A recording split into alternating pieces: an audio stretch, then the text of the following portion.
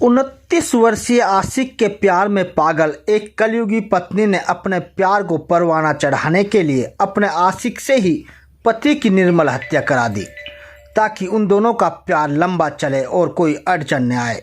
लेकिन कलयुगी पत्नी को ये मालूम नहीं था कि उनके पति की हत्या के बाद उनका प्यार जेल की सलाखों के पीछे चलेगा। बादशाहपुर में एक टेलर की हत्या किए जाने के मामले में पुलिस ने आरोपी पत्नी और उसके प्रेमी को गिरफ्तार कर लिया है।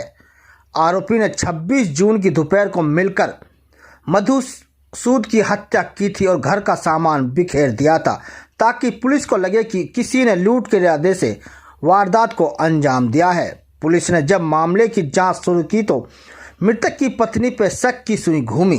इसके बाद जब पुलिस ने कड़ी से कड़ी जोड़ती रही और मृतक की पत्नी से सख्ती से पूछताछ की तो उसने पूरी वारदात का खुलासा कर दिया। उसने प्रारंभिक पूछताछ में यह भी बताया कि आए दिन पति के साथ होने वाले घरेलू कलह से परेशान थी, इसलिए उसने अपने प्रेमी के साथ मिलकर इस हत्याकांड को अंजाम दिया है। पुलिस के मुताबिक दोनों आरोपी एक दूसरे को 1 साल से जानते थे। दोनों बादशाहपुर के एक निजी स्कूल में टीचर हैं। यहाँ दोनों की दोस्ती प्यार में बदल गई और उन्होंने पति मधुसूद को रास्ते से हटाने का प्लान बनाया। 26 जून को जब मधुसूद घर पर अकेला था तो उसकी पत्नी ने अपने प्रेमी को फ़ोन करके बुला लिया, जो छाते में हथियार छिपा कर लाया और पहले मधुसूद के सिर पर वार किया और उसके बाद गला काट कर हत्या कर दी। शक की सुई उनकी तरफ ने घूमे, इसलिए दोनों ने घर का सामान भी बिखेर दिया ताकि पुलिस को लगे कि लूट के इरादे से किसी ने वारदात को अंजाम दिया है। इस हत्या मामले में फिलहाल पुलिस ने दोनों आरोपियों को गिरफ्तार कर अदालत में पेश किया। यहां से आरोपियों को रिमांड पर लेकर पुलिस पूछताछ की जाएगी। जांच के दौरान जो भी तथ्य सामने आएगा उसके आधार पर आगे की कार्रवाई की जाएगी। लेकिन इस घटना ने पत्नियों के ऊपर फिर से एक शक की सुई दौड़ा दी है। ना जाने पत्नियों का कब मन बदल जाए और अपने प्रेमियों के साथ मिलकर पति की हत्या कर दे। 26 जून पुलिस थाना बादशाहपुर गुरुग्राम पुलिस के पास ये एक सूचना प्राप्त हुई थी। किसी अज्ञात व्यक्ति द्वारा एक मधुसूदन व्यक्ति जिसकी उम्र लगभग 52 साल है, बादशाहपुर के निवासी हैं, उनकी हत्या कर दी गई है। उस संबंध में संबंधित जितने भी पुलिस अधिकारी, आला अधिकारी थे, एफएसएल की टीम थी और जो हमारे सीन ऑफ क्राइम टीम्स रहती हैं, उन्होंने मौका का निरीक्षण करा, मौके के हालात देखे। उस दौरान जो इनिशियली मॉडस ऑपरेंडी जो बताई गई थी कि भी किसी व्यक्ति द्वारा उनकी जो मृत्यु कर दी गई है और कुछ चोरी वगैरह या सामान, कुछ रॉबरी वगैरह की अटैम्प्ट भी हो सकता था, वो उस संबंध में जो सूचना दी गई थी उस आधार पर पुलिस स्टेशन लेवल पर कार्रवाई करी गई, मुकदमा दर्ज करा गया।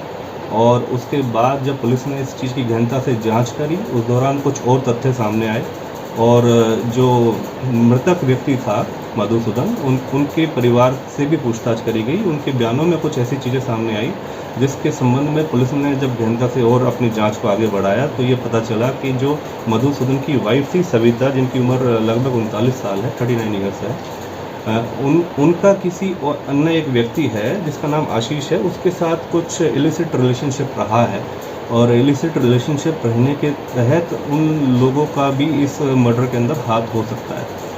इन सभी तथ्यों को देखते हुए, मद्देनज़र रखते हुए संबंधित पुलिस जो अधिकारी थे, जो पुलिस स्टेशन लेवल पर और क्राइम ब्रांच हमारे सेक्टर 39 जो गुड़गांव की क्राइम ब्रांच है, उसने गहनता से जांच शुरू करी। इन सभी तथ्यों को गौर में रखते हुए और जांच में यह पाया कि कुछ ना कुछ ज़रूर इसका दूसरा एंगल है। जो एंगल पहले बताया गया था मर्डर का, हो सकता है कि भाई घर में से कुछ सामान भी गायब है या फिर किसी अज्ञात व्यक्ति ने इनके साथ इस तरीके के घटनाक्रम को अंजाम दिया है।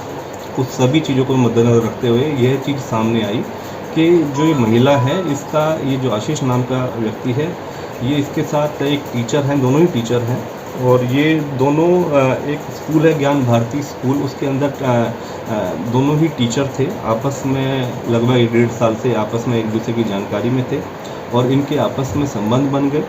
महिला से जब पूछताछ शुरू करी गई तो फिर महिला ने काफ़ी समय बाद पहले तो कोशिश करी कि पुलिस को वर्गलाने की कि भी सच्चाई सामने ना आ पाए, लेकिन जिस तरीके की पुलिस के पास एविडेंसेस आते जा रहे थे, मोबाइल एविडेंसेस थे, टेक्निकल एविडेंसेस, सर्विलेंस था, या सीसीटीवी फुटेज जब हमने चेक करी तो उस दौरान ये साक्ष्य सामने आए कि कहीं ना कहीं ये एंगल बिल्कुल स्पष्ट तौर पे दिख रहा है कि कहीं ना कहीं इन दोनों का एंगल हो सकता है मर्डर का काम करने में।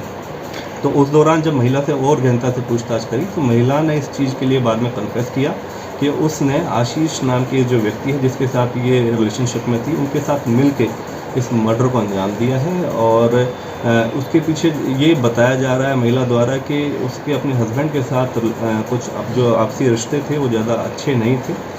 कई बार हस्बैंड मारपिटाई कर दिया करते थे उनके साथ, डोमेस्टिक वायलेंस करते थे और उन सभी रिश्ते को देखते मद्देनज़र रखते हुए महिला का इसके लड़के के साथ जो आशीष है उसके साथ रिलेशनशिप डेवलप हो गया था। सर ये कौन था, मृतक क्या काम करता था और क्या इस व्यक्ति को अपनी पत्नी के अवैध संबंधों का पता था जिसके कारण उसकी हत्या की गई? बादशाहपुर के अंदर ही मृतक एक टेलर की शॉप चलाता है, टेलर था और इनका नाम मधुसूदन सिंगला है। लगभग 52 साल की उम्र है इनकी और लगभग 22 साल की इनकी जो थी मैरिज थी। इनके 3 बच्चे हैं, जब जो लड़कियां हैं वो 21 साल की हैं। तो ये जो वारदात के बाद दोनों ही फरार हो गए थे, कहाँ गए थे?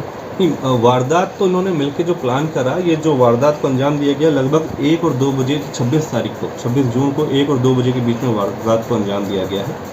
और उस दौरान इन्होंने ये प्री प्लानिंग करके मॉडस ऑपरेंडी इनका यही था कि प्री प्लान करके ऐसा करा जाएगा जिसमें जो वारदात में हथियार इस्तेमाल करे गए हैं वो एक रोड है, बाइक की रोड है, रोड जो बताया जा रहा है उससे पहले सर पे वार करा गया है और सर पे वार करके कि भाई इस बात की पुष्टि हो जाए कि भाई ये इनकी डेथ हो चुकी है तो किसी धारदार हथियार को इस्तेमाल करके किसी ब्लेड या अन्य किसी चीज़ को तो उसे गला काटा गया है और फिर वहाँ पर उनको छोड़ के चले गए।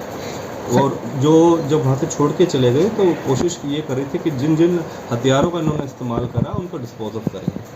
ये कहाँ डिस्पोज ऑफ करके आए थे या कुछ कहाँ डिस्पोज ऑफ करके आए थे? उस संबंध में पुलिस इनका रिमांड लेगी और पूछताछ जारी है। ये आसपास के इलाके में बताया गया है, उसको हम अभी खंगाल रहे हैं, अभी चेक कर रहे हैं। सर सामान भी बिखरा मिला है तो उसमें कुछ वो मॉडस ऑपरेंडी इनकी इस तरीके से थी कि जताना चाह रहे थे कि किस तरीके से कोई और आया है घर में कुछ लूट डकैती के तरीके से और फिर वो ऐसा कृत्य करके चला गया किसी अज्ञात व्यक्ति पर ये शक पुलिस का, ताकि उनकी इन्वेस्टिगेशन का जो एंगल है उस तरफ जाए। सर पहले भी इस व्यक्ति को मारने का प्रयास किया क्या, कभी कुछ ऐसा प्लान किया गया था इन दोनों की तरफ से? देखिए अभी हमारे सामने तो अभी की पूछताछ में ये है कि काफ़ी समय से 1.5 साल से आपस में रिलेशनशिप में थे और ये जो महिला थी इस व्यक्ति के से काफ़ी तंग थी अपने हस्बैंड से, तो जिस तरीके से इन्होंने ये प्लान करा लेकिन पहले भी अगर इन्होंने सोचा था तो वो इस तरीके से सफल नहीं हो पाए। तो इस दौरान जब ये 26 तारीख को उन्होंने जो वाक़े को अंजाम दिया है प्री प्लान करके प्रॉपरली इन्होंने प्लान करके उसको एग्जीक्यूट किया। तो मृतक क्या अपनी पत्नी के अवैध संबंधों के बारे में जानता था सर? इस संबंध में अभी और गहनता से पूछताछ में सामने आएंगी बात। ये कब से प्लानिंग कर रहे थे ये लोग और जो क्राइम एग्जीक्यूट किया गया ये किस तरह से एग्जीक्यूट किया गया? जो सस्पेक्ट आशीष था ये घर पे आया ओवर पावर करके महिला ने ही हम कॉल जब डिटेल्स हमने चेक करी, कॉल रिकॉर्ड्स चेक करा के तो महिला के द्वारा ही इस आशीष को बुलाया गया। एक छतरी के अंदर, छाते के अंदर, अम्ब्रेला के अंदर एक रोड लेके आया और कुछ अन्य जो संबंधित जिस चीज़ से गला काटा गया है बताया जा रहा है कि कुछ पहना हथियार था जिससे शेविंग करी जाती है इस तरीके से, तो वो एक छतरी के अंदर छुपा के लेके आया है। और फिर जैसे ही इसको जब देखा कि घर में वो व्यक्ति मधुसूदन अकेला है, उस हालात को देखते हुए, उस हालात का फ़ायदा उठाते हुए उन्होंने उसके सर पर वार करा है।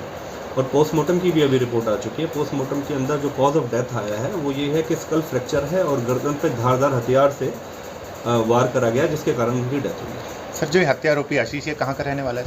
हत्यारोपी जो है ये सभी बादशाहपुर के मूल निवासी हैं और बादशाहपुर में ही रह रहे हैं गुड़गांव में।